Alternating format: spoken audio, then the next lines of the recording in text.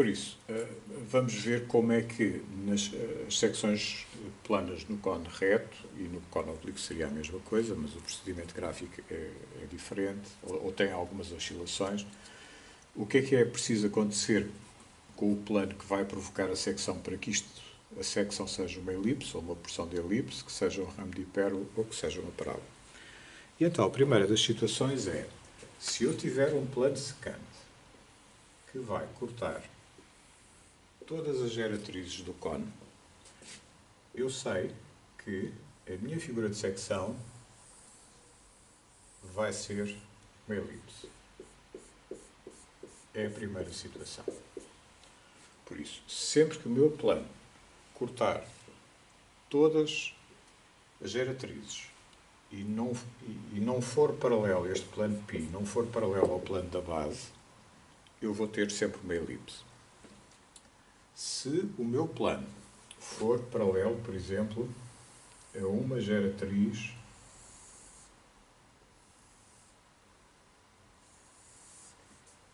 do cone, então, tenho aqui o meu plano π, o que vai acontecer é que a figura de secção vai ser um ramo de hipérbole. Um ramo de hipérbole não, disparate. Se for paralelo a uma geratriz, eu sei que a minha figura de secção vai ser uma parábola. E a parábola tem esta configuração, neste caso.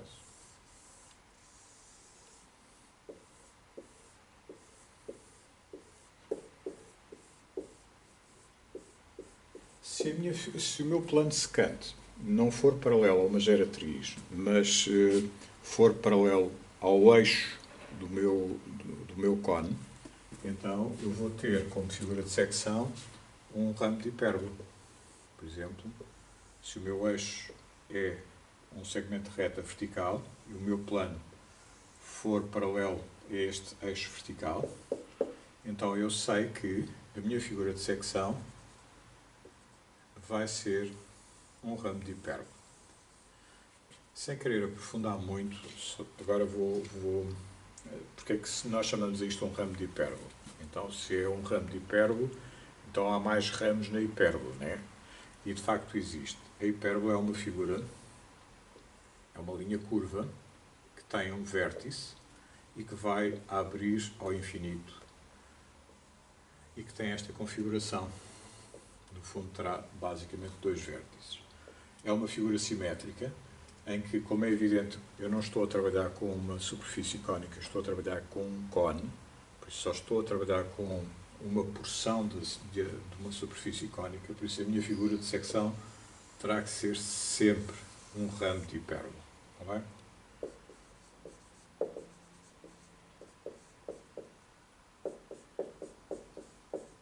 E o que vocês precisam de fixar é que o plano π tem que ser paralelo ao eixo. Para ser a parábola,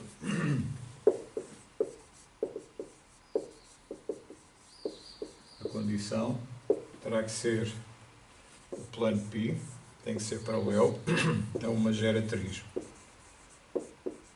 Neste momento nós só trabalhamos praticamente com as geratrizes que contorno como sendo as geratrizes em relação às quais o plano será paralelo. Mas como é evidente não é sempre assim. E depois, eu sei que a minha figura de secção vai ser uma elipse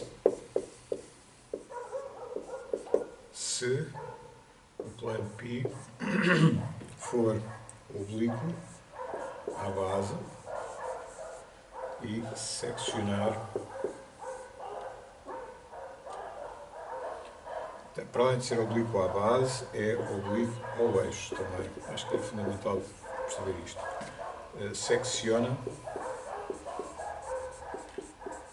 todas as geratrizes. Ok. Agora, antes de começarmos a explorar isto graficamente, ou seja, como é que funcionam as projeções destas figuras, o que eu preciso que vocês retenham é o seguinte. A elipse é uma figura simétrica que tem um eixo maior e um eixo menor, e depois esta linha curva que passa por estes extremos do eixo maior e do eixo menor, para poder ser definida com algum rigor, implica que, para além destes 4 pontos, eu vou precisar de mais 2 pontos que me ajudem a definir esta curva e mais 2 pontos que me ajudem a definir esta curva. Por isso, eu sempre que estiver a falar numa figura de secção em que a figura será uma elipse ou uma porção de elipse, eu tenho que ter presente este esquema. Por isso eu vou precisar de um ponto A, de um ponto B, de um ponto C, D, E, F e G. Por outro lado, há aqui uma particularidade, uma vez que neste momento estamos a trabalhar com planos projetantes. O que é que vai acontecer? É que, também vou agora apagar um bocadinho isto, a projeção, uma das projeções desta figura vai-vos dar sempre qualquer coisa parecida com isto. Ou seja, a vossa secção irá ser sempre um segmento, porque os planos com que vocês vão trabalhar neste momento são planos projetantes, horizontais ou frontais, o que vai implicar que vocês vão ter sempre um A, B, C, D, E, F, G e H. Aqui vão ter sempre um B coincidente com um H, a meio vão ter um C coincidente com um D coincidente com um F e no extremo o F. Então o que acontece? Estes extremos vão ser fáceis de encontrar, o meio também vai ser fácil de encontrar e reparem que eu estou a falar do meio do segmento AE. E depois, esta distância que eu venha a considerar tem que ser igual a esta distância. Porque se esta distância for diferente, o que vai acontecer é que eu não vou conseguir fazer um desenho mais rigoroso desta figura. Como é evidente, eu posso utilizar mais pontos, mas estes pontos seriam pontos intermédios, aumentam o rigor do traçado à mão, mas para nós em geometria descritiva o que nós precisamos mesmo é no mínimo de 8 pontos. Isto para desenhar as projeções da figura de secção. No caso da parábola, se vocês olharem para aqui, existem 2 pontos na base, existe apenas e só uma geratriz a ser seccionada. Isto vai ter este aspecto. É uma figura simétrica. E então, eu preciso deste ponto e deste ponto. E porque tenho aqui uma curva, também vou precisar destes 2 pontos. Então, sempre que eu estiver a trabalhar com uma situação destas, eu vou precisar de um ponto A, ponto B, ponto C, D e E. De tal maneira que o ponto C seja o vértice desta figura e os pontos A e E sejam pontos da base. Nestes casos, e uma vez que estamos a trabalhar neste momento com planos projetantes, o que vai acontecer é que, em vez de eu ter esta representação cá em baixo, eu vou ter esta representação lateralmente. Então aqui vou ter C, B coincidente com D, e aqui vou ter A coincidente com E.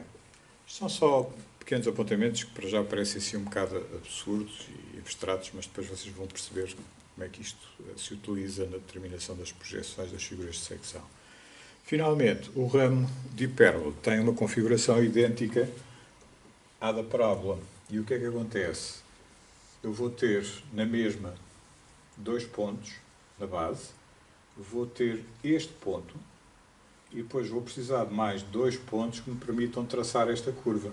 E então eu vou ter A, B, C, D e E. Só que, neste caso do ramo de hipérbole, não me interessa esta representação, porque eu sei que esta, e como estamos, mais uma vez, estamos a trabalhar com planos projetantes, o que vai acontecer é que eu vou ter o A, o C, a meio, o E,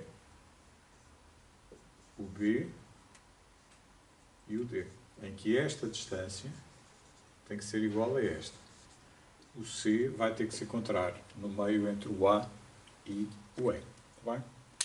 À partida, e neste momento, nós só vamos trabalhar com figuras de secção produzidas em cones, em que os planos serão projetantes.